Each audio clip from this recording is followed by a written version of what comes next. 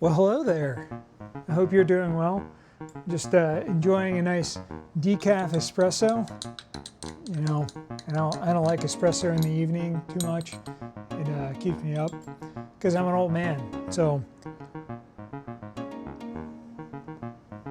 But it always feels good to drink one.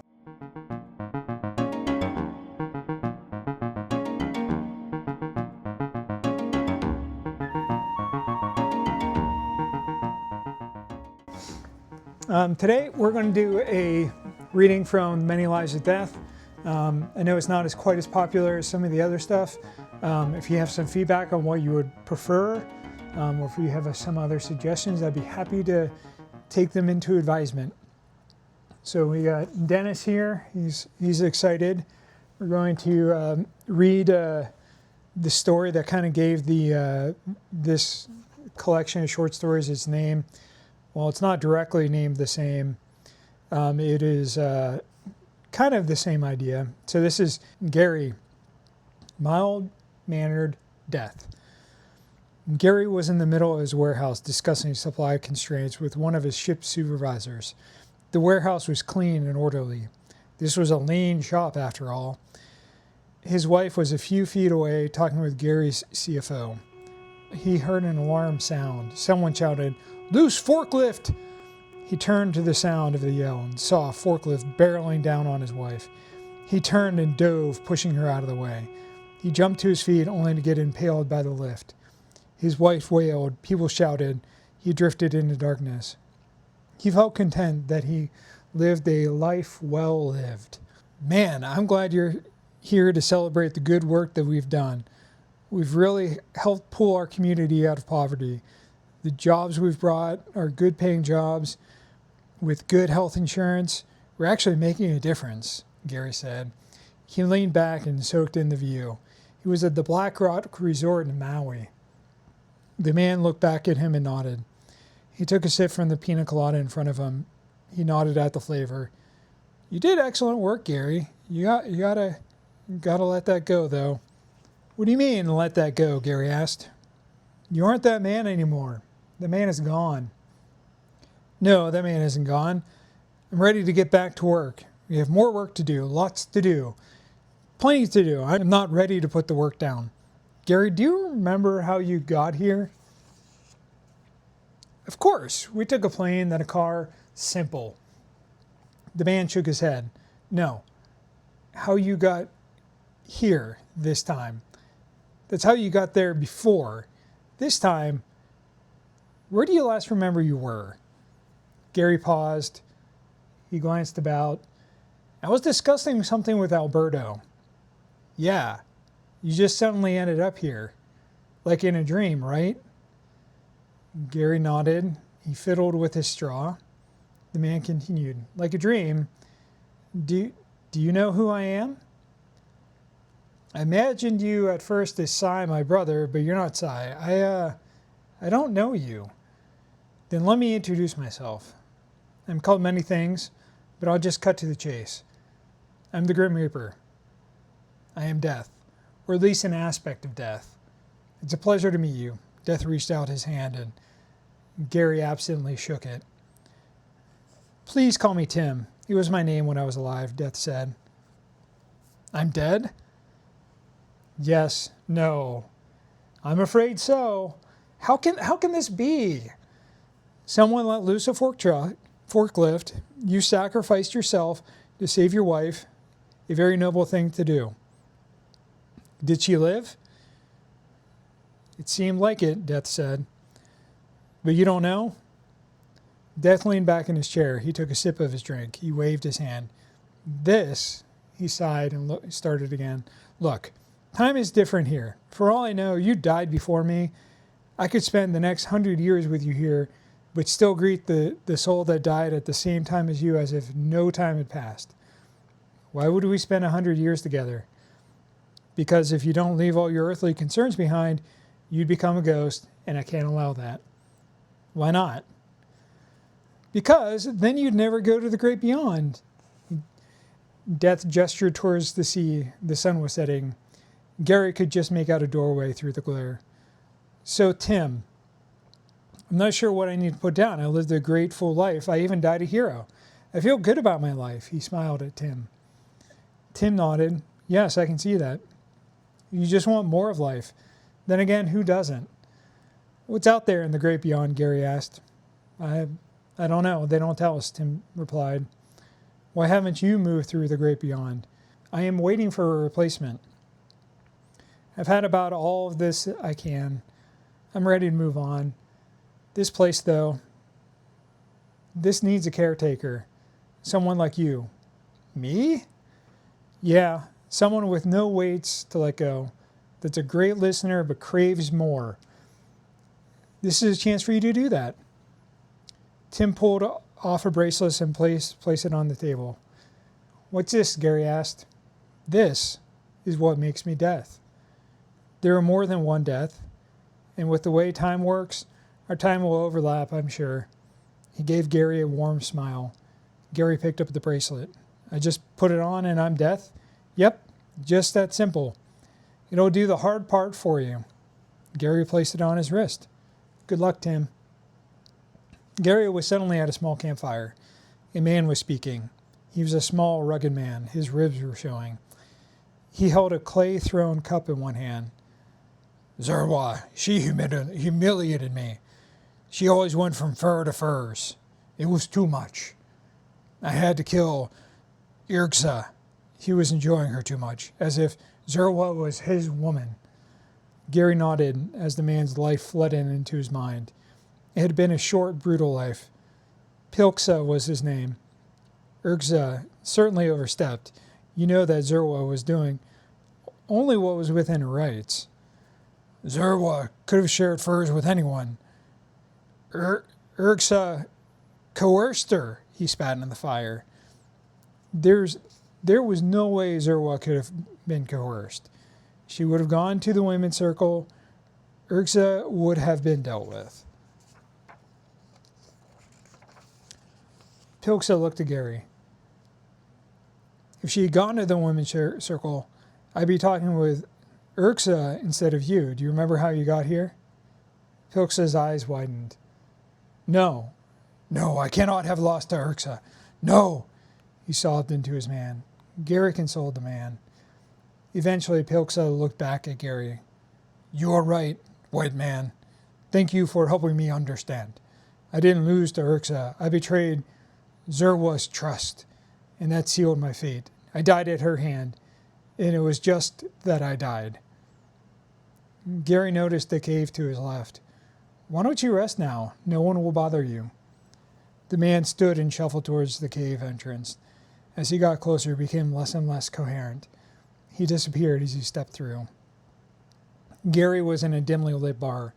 It was a beautiful bar, clearly an expensive bar. His hand was cooled by an icy old-fashioned.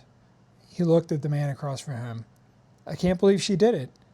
That she made me part of her scheme, Ralph muttered into his drink. He looked up at Gary and dropped his glass. The man's life flooded. Gary. This man was a district attorney, then governor, then president. Are you okay, Ralph? Gary asked. You're dead. Yes, I am. I greet those who have recently died, which means you've died too. Fuck. No, I was on my way. He had a far-off look as he spoke. Well, you can take as much time as you'd like to process it. This is your time. What do you mean? Before you're able to leave the bar, as it were, you need to unburden yourself of everything. And if I refuse? Gary shrugged. It's no matter to me. You will eventually. The man suddenly broke down into fits of sobbing. Gary pulled him in a hug, letting the man cry himself dry. Eventually, the man finished and leaned back in his seat. I don't think I've ever cried like that. This place, Ralph said. It does something, right?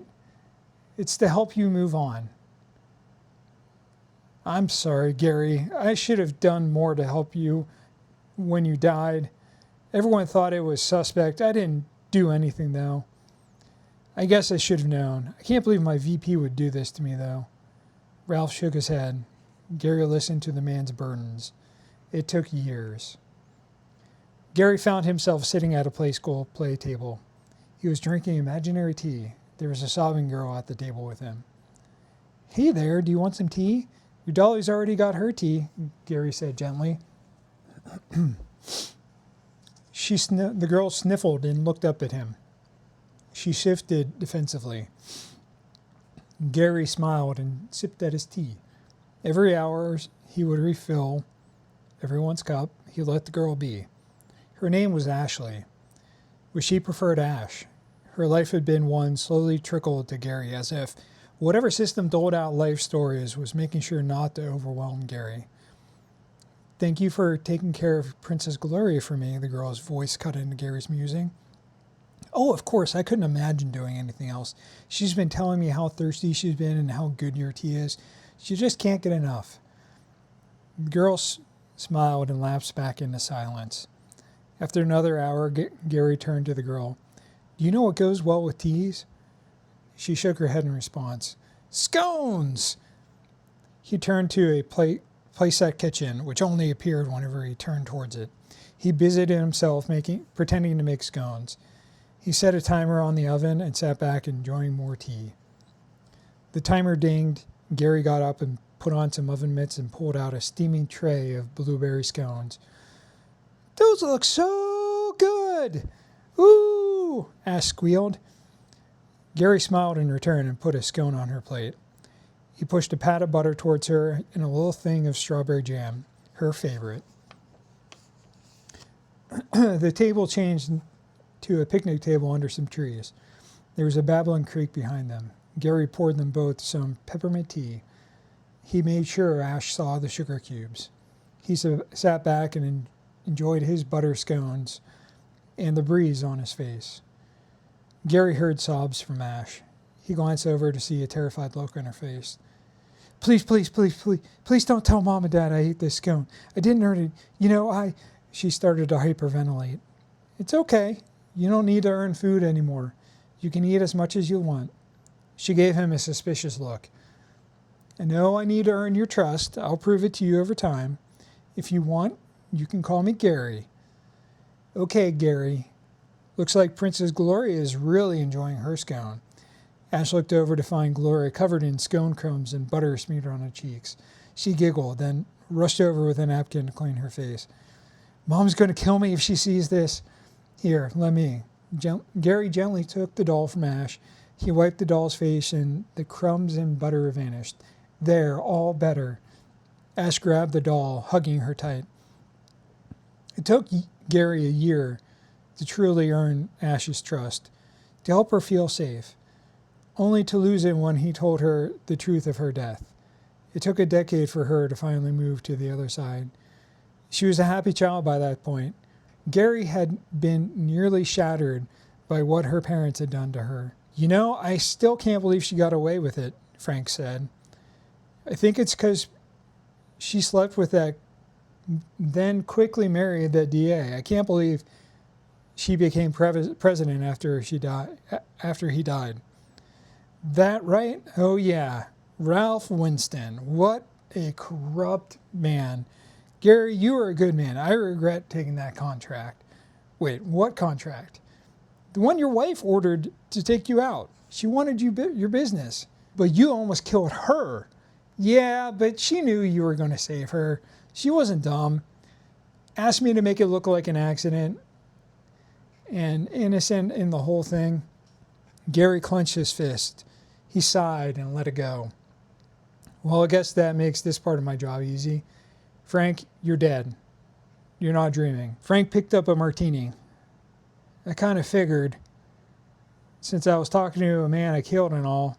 He took a sip, then gestured with the base of the glass. So what is all this then? This is where you unburden yourself and then you move on. Why? Can't have you haunting decent people back home, so you need to let all of that go. This like therapy for dead people or something? You know how people say your suffering will lead to good things, or God works in mysterious ways in response to suffering? Yeah, so? It's bullshit. I had to tell this young girl she was dead. She had lived a short, tortured life. Her mom killed her for seducing her father. The poor girl wasn't even 10 yet. Nothing good came from that suffering. It helped her for something like a decade. She became a joyful child, one that would have made the world a brighter, better place. Yes, this is therapy for dead people. It's more than that, though.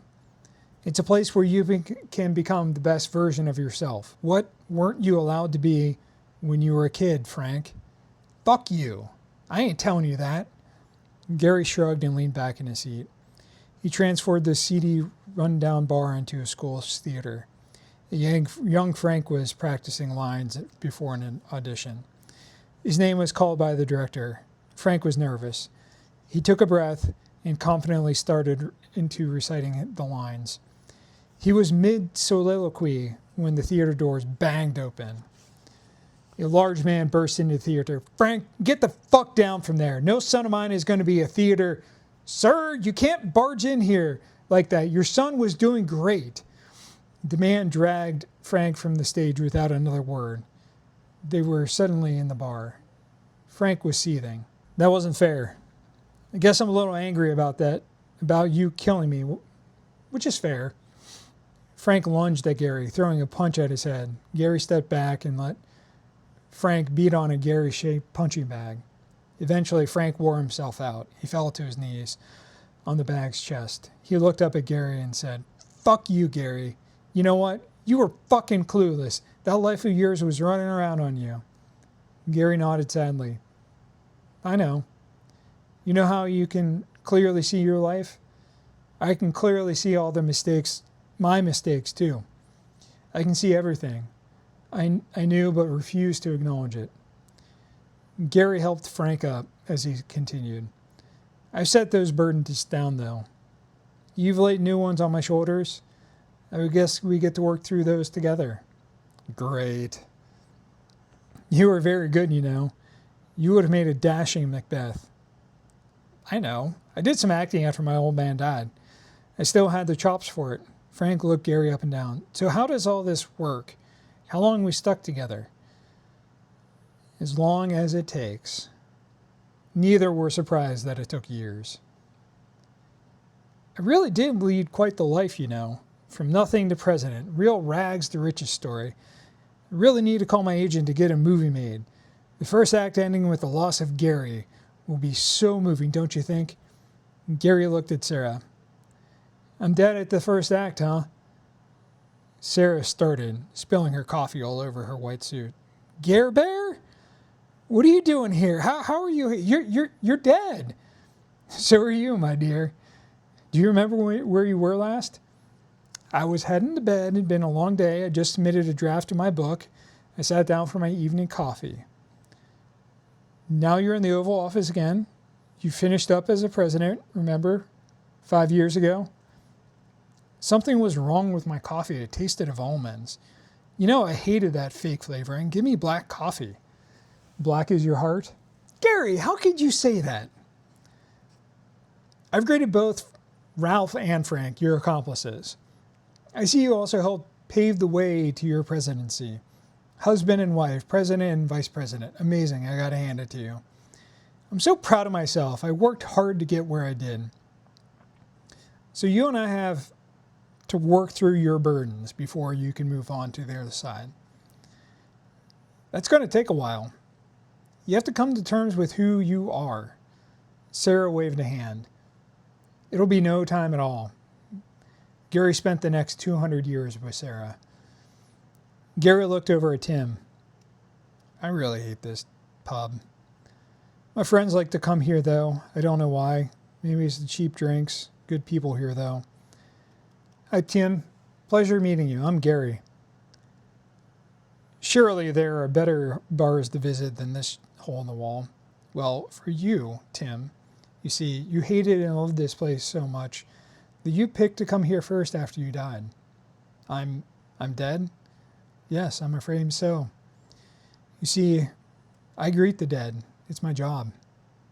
"Who are you then? Fucking Gary? What kind of name is that? You're the grim fucking Reaper?" Gary smiled. I guess you could look at me that way. No, I'm here to offer you a choice. We can work on unburdening yourself of all your pain and suffering, or you can replace me. I'm tired. I've been doing this for so long. What do you mean? Become death? I am become death, right? Pretty much.